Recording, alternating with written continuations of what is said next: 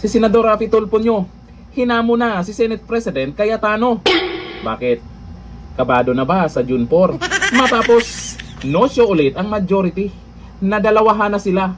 May pa-walkout kasi kayo nakaraan. Ngayon, nabawian, mag-iiyakan. At eto pa, Raffy Tulfo, nalaman ni Senate President Cayetano kung ano ang plano nyo. Kaya ngayon, eto ang ginawa nila, no show, sa June 4 na lang. Para hindi maharang yung investigasyon sa Blue Ribbon Hearing. Lagot yung ibang mga senador dyan. Kasama ba ang Tulfo? O ito, ayon sa balita ngayon, ay tapang-tapangan na naman daw siya, pero nag-walkout naman. O eto ha, ang hamon ni Tulfo.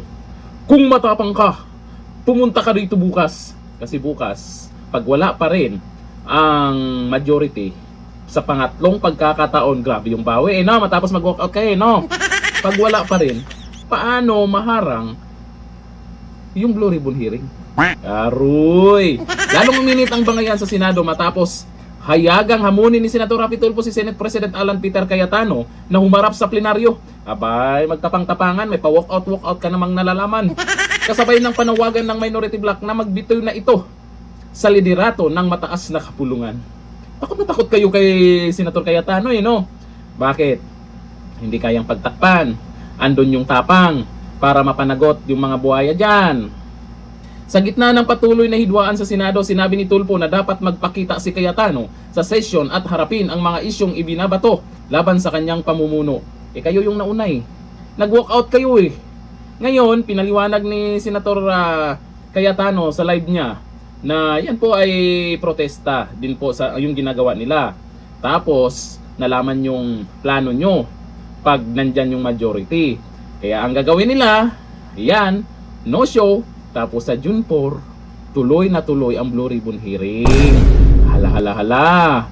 Mukhang may mga nababanggit dyan sisikat na naman kayo sa June 4 Iginiti Tulfo na kung hindi harap si Cayetano, lalo lamang nitong palakasin ang mga akusasyon na umiiwas ito sa mga katanungan at kritisismo. Kasabay nito, formal nang nanawagan ang Senate minority na bumaba na sa pwesto si Cayetano bilang Senate President. Takot na takot tong mga minority na to. Nung una pa lang na naging Senate President itong si Cayetano, ayaw nyo talaga. Wala pang reaksyon mula kay Cayetano kaugnay sa hamon ni Raffy Tulfo. Raffy Tulfo, isang abogado po yang hinahamon mo. Alam na alam niya ang gagawin niya dyan sa Senado. Ikaw, tapang-tapangan, nag-walkout ka naman itong nakaraan. Ngayon, gigil na, aburido. Dahil malapit na ang June 4 no? O ayon dito sa nagkomento, Raffy Tulfo. Sabi ni Larry Mirata, desperado na sila. Sabi ni Tim Madronio, sa June 4 na lang daw Raffy. Sabi ni Eman James, June 4 para masaya. Sabi ni Liz, lakas maghamon, nag-walkout. Sabi ni Bernie Ting, nako, panic mode na kasi, mag-umpisa na ang 18 Marines. Ayan po ang komento ng mga netizens. Abangan natin sa June 4 kung ano ang magiging reaksyon ni Tulfo. Kung mag-iingay pa rin ba yan? O tama na naman. Nandito na lang, bye-bye.